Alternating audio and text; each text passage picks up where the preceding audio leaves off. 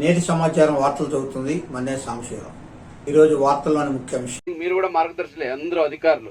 మీ department లో ఉన్న schemes ని ఇంప్లిమెంట్ చేస్తే ప్రాపర్ గా మీరు కూడా మంచి మార్గదర్శులే. సో అది సక్రమంగా జరిగితే ప్రతి ఒక్కరు ఏదైతే లాస్ట్ పర్సన్ ఎందుకు అని చెప్తాం, ఏదైతే చివరి పర్సన్ ఉంటారో, సో ఆర్థికంగా కానీ సామాజికంగా కానీ ఆయనకి ఇబ్బంది ఉంటాయో వాళ్ళు ఎదగడానికి అవకాశం ఉంటుంది, సమాజం బాగుంటుంది అనేది సీఎం గారి ఉద్దేశం. దీన్ని ముందుకు తీసుకెళ్ళడానికి అధికారులందరూ కృషి చేయాలి.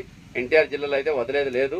నెగ్లిజెన్స్ కానీ ఎక్కడైనా ఏషాలు వేయడము, నేను నా దగ్గర వచ్చి అడిగితే నేను చెప్తాను, మీరు వచ్చి అడగలేదు కదా అందుకు ఇవ్వలేదని ఏషాలు వేస్తే తాట తీస్తా. మీరు వెళ్ళి రైతుల దగ్గర కూర్చొని చెప్పాలి. ఆడియో కూడా ఇప్పుడే టార్గెట్ ఇస్తున్నాను. ఆ తిరువూరు డివిజన్లో ఉన్న ప్రతి ఒక్క విలేజ్కి వెళ్ళి అవేర్నెస్ మీరే కల్పించాలి. మీ స్టాఫ్కి టార్గెట్ ఇవ్వండి. నేను మళ్ళీ ఇంకొకసారి ఏదో ఒక విలేజ్ ర్యాండమ్కి వెళ్ళి ఒక రైతుని పిలిపించి అడుగుతాను. ఉపాధి హామీ గురించి, వస్తున్న ఉద్యాన పంటల గురించి ఏమేమి తెలుసు చెప్పండి అంటే ఆయన నాకు తెలియదంటే అక్కడ ఉన్న ఫీల్డ్ అసిస్టెంట్, అక్కడ ఉన్న టెక్నికల్ అసిస్టెంట్, అక్కడ ఉన్న ప్లాంటేషన్ మేనేజర్ని సస్పెండ్ చేస్తా. ఓకే, తమాషా కాదు. మనం అందరూ ఒక యజ్ఞం చేస్తున్నాం.